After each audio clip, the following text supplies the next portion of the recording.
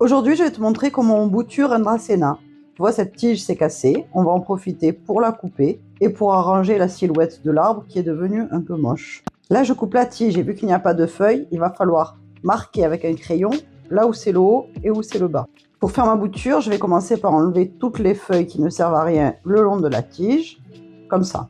Et là, je vais couper la tige qui est un peu blessée pour ne garder que la partie qui n'est pas atteinte. J'enlève encore les feuilles. Et je coupe un tiers des parties supérieures pour limiter l'évaporation. Voilà. Là, je m'attaque au bois tout seul. Donc là encore, on fait attention à garder le haut et le bas. On ne se trompe pas. Voilà. Et maintenant, je vais faire un mélange de terreau classique avec du sable de rivière. On fait moitié-moitié à peu près.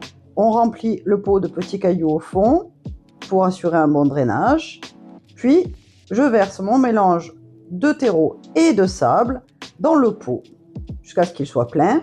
Je tasse, je rajoute un peu de sable, c'est toujours bien pour le collet de la plante.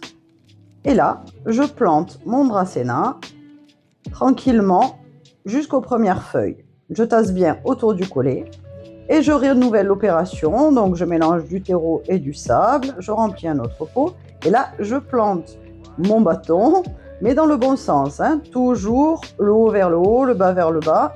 Et là, pareil, j'ajoute du sable tout autour du tronc.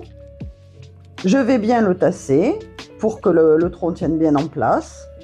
Et je ne vais pas arroser les deux boutures pendant 8 jours, le temps que les plaies sèchent. Il suffira ensuite de les placer dans une pièce lumineuse et chaude et d'attendre 4 mois pour avoir ce résultat.